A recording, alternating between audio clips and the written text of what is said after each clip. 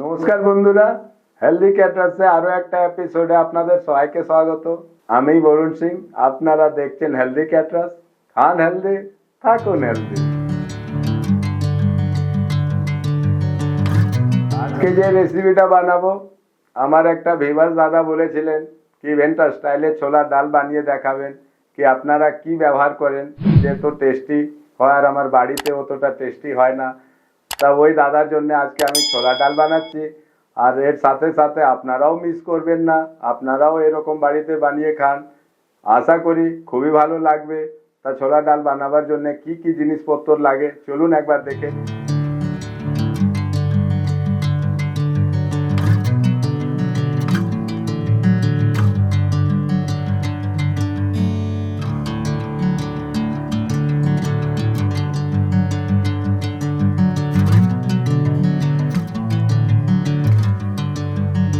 সবাইকার প্রথমে আমরা ছোলার ডালকে সেদ্ধ বসিয়ে দেবো। জল গরম বসিয়ে দিয়েছিলাম, জল গরম হয়ে গেছে।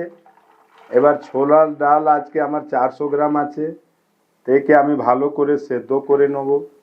এরই মধ্যে কটা গোটা গরম মশলা দিয়ে দিলাম, আর একটু সরষের তেল দিয়ে দিলাম। ডালটা ফুটে গেছে ভালো করে, এর গাছটাকে তুলে দেবো।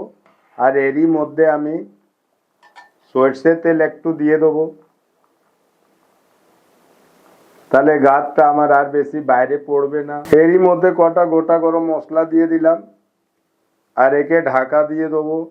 আর আপনি যেভাবে হোক না কেন খুব গলাবেন না ডালটাকে, একটু দানা দানা রাখবেন, আর যেন খুব বেশি চিপচিপে না হয়ে যায়। ডালটা আমার সেদ্ধ হয়ে গেছে, খুব সুন্দর দানা দানা আছে। এবার এটাকে আমি নামিয়ে দিচ্ছি আর মশলাটা করে নেব। মশলা করার জন্য একটা কড়া বসিয়ে দিলাম, আর 400 গ্রাম ডাল আছে, তা আমি প্রায় 100 গ্রাম তেল দিয়ে দেবো। তেল গরম হয়ে গেছে, মাখনাটাকে আগে ভেজে হালকা তুলে নেব।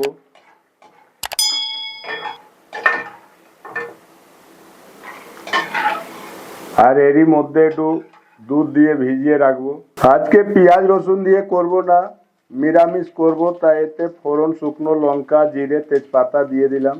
ফোড়নটা একটু লাল হয়ে গেলে এরই মধ্যে নারকেলটা কুচি করা দিয়ে দিলাম। ডালে পেঁয়াজ রসুন পড়লে নারকেলটা ভেজে পরে দেওয়া হয়, তা নিরামিষ বানাচ্ছি, তা আগে নারকেলটাকে দিয়ে খুব সুন্দর হালকা করে ভেজে নেব। নারকেলটা লাল করে ভাজা হয়ে গেছে। এবার এরই মধ্যে টমেটো দিয়ে দিলাম, দুটো কেটে ছোট ছোট করে। টমেটোটা একটু ভাজা হয়ে গেছে, এরই মধ্যে আদা 2 চামচ দিয়ে দেবো।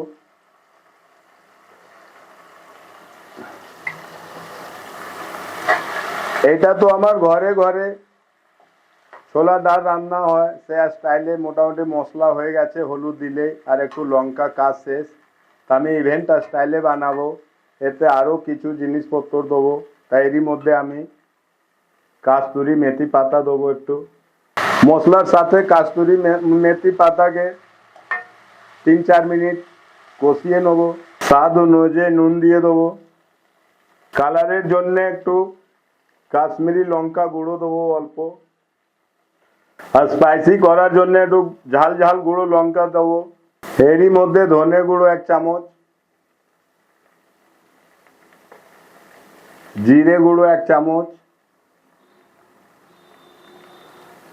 হলুদ খুব বেশি কালার হবে না, দেখে শুনে। একটু ভালো করে একে আরো মশলাটা সবিকার সাথে মিশিয়ে কষিয়ে নেব। আর এরই মধ্যে একটু জল দিয়ে আরো কষাবো। মশলাটা খুব সুন্দর কষানো হয়ে গেছে। এবার এরই মধ্যে ছোলা যে সেদ্ধ ডালটা হয়েছিল ওরই জলটা দিয়ে দিচ্ছি। মশলাটা কষানো হয়ে গেছিল, এরই মধ্যে ছোলার ডালটা দিয়ে দিলাম। এক্সট্রা জল দিইনি, কেন কি দেখে জল দেবো, যদি লাগে না হলে পাতলা হয়ে যাবে। তো এটা ফুটে যাক, তবে আমি সেদ্ধ ছোলাটা এরই মধ্যে মিশিয়ে দেবো। মশলাটা রেডি আছে, এবার আমি এরই মধ্যে ভিজানো মাখানাটা দুধে যে রেখেছিলাম দিয়ে দিলাম।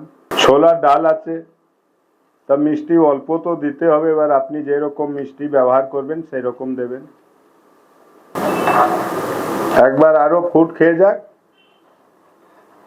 ঝোলটা ফুট খেয়ে এসেছে, এবার সেদ্ধ ডালটা এরই মধ্যে আমি ঢেলে দেবো।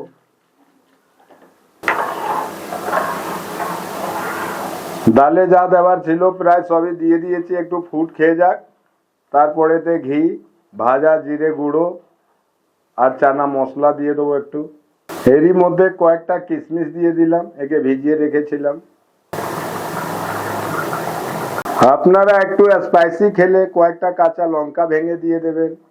এরই মধ্যে আমি চানা মশলাটা দিয়ে দিলাম প্রায় 10 গ্রাম, আর ঘি প্রায় 20 গ্রাম দিয়ে দিলাম। এটাকে একবার ভালো করে নেড়ে আর একটু জিরে ভাজা গুঁড়ো লাস্টে দিয়ে দিলাম। এবার আমার ছোলার ডালটা রেডি হয়ে গেছে। একটু ঠান্ডা হলে বেশ টাইট টাইট বসে যাবে ডালটা, তাই এভাবে আপনিও নামিয়ে দেবেন। তা দেখলেন বন্ধুরা, আজকে কত সহজে রেসিপি বানিয়ে ফেললাম ইভেন্ট স্টাইলে ছোলার ডাল।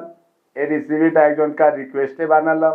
তা আপনাদেরও যদি আমার থেকে কোনো রেসিপি দেখার থাকে তা আপনারা কমেন্টসে আমাকে বলবেন, আমি যতটা পারবো নিশ্চয়ই বানিয়ে দেখাবার চেষ্টা করব।